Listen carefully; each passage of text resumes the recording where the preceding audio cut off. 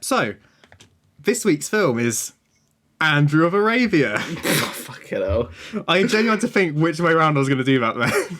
Oh my god. I thought I could surprise you, but I don't know. I can do both and splice into one I like. Yeah, here we go. Go for it. It's Lawrence Andrew Arabia. I mean, that's by far the worst one. So the best one? I mean, I guess. But yeah, so Andy has watched the 1962 David Lean epic, Lawrence of Arabia. Certainly epic. It is certainly epic. So for those who don't know, this is the story of T.E. Lawrence, who was a British general in the First World War. He was stationed in Cairo and sent into the... Actually, he wasn't a general. I don't know. I don't know military rankings. He was a lieutenant. Lieutenant, sure. And then he was a major. And then he was a colonel. Colonel, that was it. I did actually look up, like, British military hierarchy, so I knew, like, whereabouts those standings are. Right, I know colonel's one of the higher ones, isn't it? Yeah, so general is like, the highest. Okay. And then it's, all of the ones underneath that. You also have to understand, Andy, I watched this in preparation for the podcast about a month ago now. So I'm now... I might as well have just rewatched it yesterday. Well, yeah. But yeah, so they go across into the Arabian... he goes across into the Arabian desert to sort of deal with the Turkish uprising problems over there. And, he becomes this great sort of military icon as he sort of helps them take back their land. Yeah. So... And he has this sort of... Yeah, so, well, it's close to 4 hours long. Yep, there's 3 3/4 to be precise, I think, yeah. But with a 10-minute intermission or whatever. It is good. It is surprisingly engaging. Yes. Throughout. Like, I was never bored.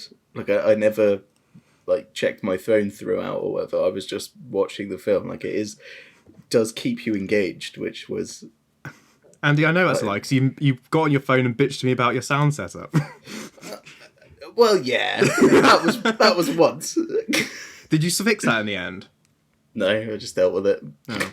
Well, it's because it's probably, other than a side, it's probably because if it was set to like 5.1, and if you've got like just a stereo or mono setup, it'll pan the wrong channels. But, yeah, it really did. It was very annoying. Anyway, so, I mean, my initial reaction is that it feels really anticlimactic. Yeah. So, spoilers, obviously, but so the whole thing is like leading up to the Arab uprising against the Ottomans and taking Damascus, which is like a really important Ottoman-held city, and it's like, if they can take that, they can beat the Ottomans and win the war or whatever. And you have this whole scene with like the British army, like, okay, we'll march on these fronts and these fronts, and then Lawrence is going around the side with his Arab army, right? Yeah, and trying to beat the British to it. Yeah, and I was like, oh shit, okay, here we go. This is going to be a great war scene. It's going to be like really cool. We're going to have all of the, this big fight over Damascus. And then the next scene, like the Brits show up to Damascus and it's like, lol, yeah, we're already here. Yeah. It's like, oh. It feels like the budget ran out, didn't it? Yeah, it really does. Like, because they just had this really like pivotal scene of the Arab army led by Lawrence, like, murdering all of this Ottoman supply line. And I was like, oh shit, this is just the beginning. We're going to see him, like, slaughter a load of Ottomans and you see his, like, downfall or whatever. No. It was just like, yep, we've taken Damascus 2 days early. And I was like, okay, you're not going to show us that clearly important event. And then not only did, like, they seize it off screen, and then, like, about 10 minutes later, like, oh yeah, we can't actually hold it, so we'll just leave. Yeah. It's like, oh, okay. I was like, oh my god. Yeah, so I mean, it sort of lost me towards the end. But some of the beginning, like the first half is definitely, or at least the first half before the intermission. Yeah, so the first 2 2 hours hours of the film are really, really good. That's exactly what I was going to say. Like the first chunk of the film, I think is like fantastic. Like genuinely, like one of the best sort of like. I honestly thought it was, if I didn't know that it was 4 hours long, or close to Yeah. 4 hours long. I genuinely thought it was going to end where the intermission was. Yeah, it does kind of feel like a complete film there, doesn't it? Because the Yeah, Akiba sort of takeover seems like it's its own climax, really. yeah, But I because think he that's it's another city, isn't it? No, no, it's a military outpost or something. well, yeah. But the great thing about it is because they've already established like, oh, Akiba is like this. It's impossible to take because it's like got such a great naval defense. The only way to take it by land, but through this impassable desert. So it's like, fuck it, we'll just go through the desert. And it's like, oh, well, that's the overcoming the odds. Yeah, that's and your I ending. thought like that was an amazing part, like, and that's like a really good climax because they obviously still had some budget then because you at least see the cavalry charge. Yeah. On that, and it was like that bit was really really good. Yeah, and on that note, the general just scale of the film is amazing. Like, just, I mean, a lot of people say like they don't make it like they used to anymore, which is a phrase I have many problems with. But with Lawrence of Arabia, it's at least somewhat true because like just the sheer scale and size of those sets and the like number of extras and horses and stuff. Yeah, Like it's so genuinely epic. a modern problem. I know where this is going. Can't not bring up Okay. is Alec Guinness in blackface. Yeah. Which is very problematic because they went, they obviously weren't against hiring Arab actors because like Omar Sharif is. Yeah, exactly. He's in it. Almost all of the extras are also Arabic. It's like, why not just hire one to play the prince? Like that's obviously not an impossibility. But no, they just blacked up Alec Guinness instead. The only thing I can think of is it must have been maybe star power related. But I mean, Peter O'Toole isn't like not a star, at least back then. Although this is his most famous film role, but like he had done other stuff, so I don't know if like they needed Alec Guinness as well. I will say the casting of him is amazing because he looks so similar to actual T.E. Lawrence. Like, oh really? It's shocking like how much he looks like him. I think also his performance in general, like because obviously the whole film is clearly about him and his complete change of character from this sort of quite sort of slightly bizarre sort of, but also like won't kill kind of like pacifist guy into like this complete like a kernel of this entire Arabian revolt. Yeah, like that is sort of the key point of the film. I think that is also portrayed so well. I think you're right. Like they were running out of budget towards the end of the film because they have this whole bit, like another bit that I thought was going to be a big climactic fight. Just wasn't. When I think I believe it's no, I don't know if it is at Damascus or whatever, but he's like, I'm going to single-handedly walk in there and start the Arab revolt. And then he gets caught by the general and whipped a bit, and then and then chucked in the sewer. That bit, which is really strange. The second half of the film is definitely like weaker. Like if I was to do, I haven't been doing rating much on the podcast. If I was to rate Lawrence of Arabia, like first part is a 9, the second half is like a 7, bordering on 6. Yeah, definitely. Yeah, 100%. I agree. Because it feels because like I mean the like its second part starts off well. Like I like the all the stuff like the train raids is like a really good like couple of sequences, and like we see the train raids are good. Yeah, because the great thing is with the intermission and that gap actually helps save the story because it takes that opportunity to jump forward in time a bit, and we see this change in his character, and the change between those two enough communicates all this like without telling us. It's just like look how much he's changed in like a few weeks or whatever. I thought that was a really cool way to do it. But yeah, I think certainly have to go to whatever place that is, it starts to go downhill. Considering, so another like small like there's a lot of bits I like about it. Like the first half is really really good, and you see his character grow a lot in that. But again, almost all of my complaints is to do with the second half of the film, which is same. So something I really liked in the second part was how when he gets shot in the arm. Yeah. And then the guy who shot him in the arm is there with like pointing the gun at his head, like shooting and missing, and he just doesn't even flinch. Like it's amazing. And he just watches the other guy come over and kill him.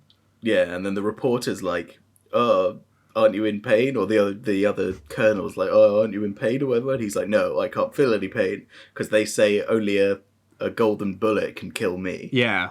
And it's just like that's when he's starting to believe what everyone thinks of him. Yeah. It's when his Messiah complex is properly setting in. We get that when he stands on the train with this like silhouette, the billowing white robes. It's like it's a really great imagery in that film. Yeah, there is some amazing. Like the cinematography in the film was Yeah. just so good. Considering its length, like you get his rise to the, this Messiah-like figure, and then you get him starting to believe it. But then you jump straight from that to him being like this ruthless executioner, and then jump straight from that to him being like, oh yeah, I'm gonna go home now.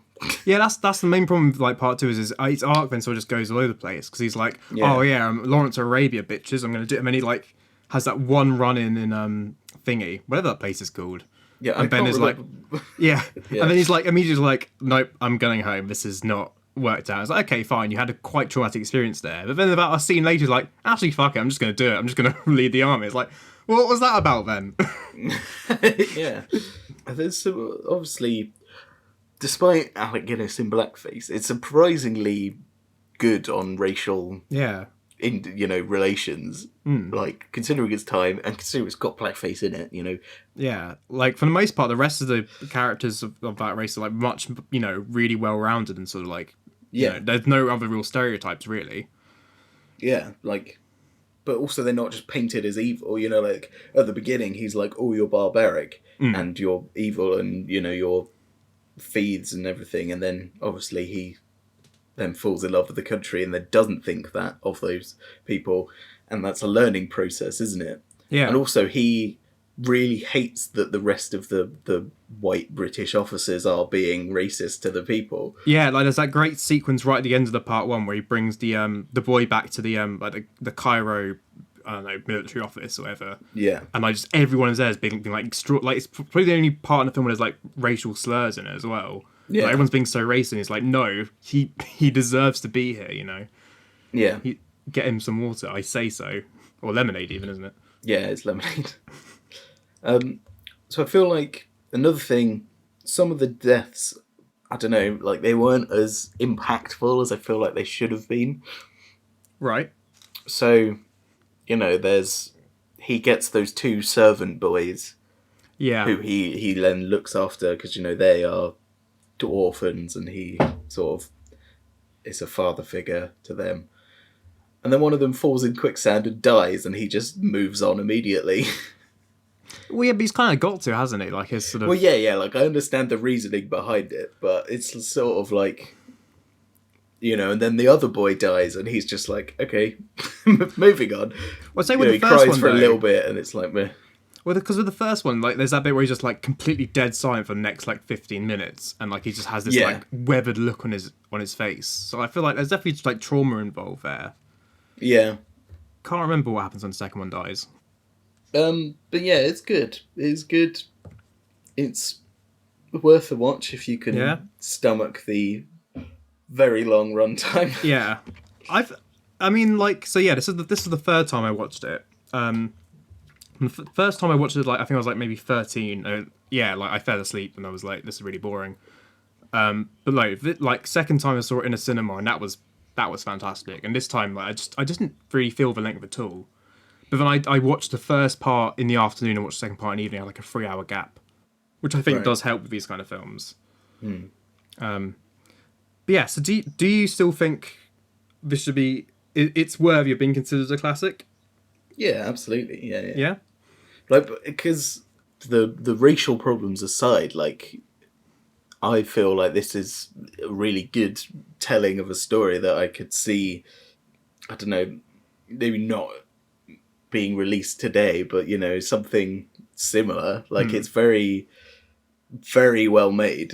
Well, yeah, like there's also like the whole Arabian conflict is sort of overshadowed when we talk about World War One because it's all about like the European stuff. And I think without this film, Yeah. we barely know anything about like in like popular media about the Arabian uprising and stuff. Yeah, because I didn't know anything about, this, and it's a really interesting side of history that we don't know about. And you took history at A-level, so, Yeah, exactly. But, they didn't teach you about this stuff. They, Exactly. just that. Which is what's so great about cinema. It's learning stuff you'd never learn in school. Yeah. Everything I learned from the movies, which was... Who did say that, actually? I want to say Marilyn Monroe, but I'm not actually sure. If you know who said that, email us in it. For which time we'll have looked it up.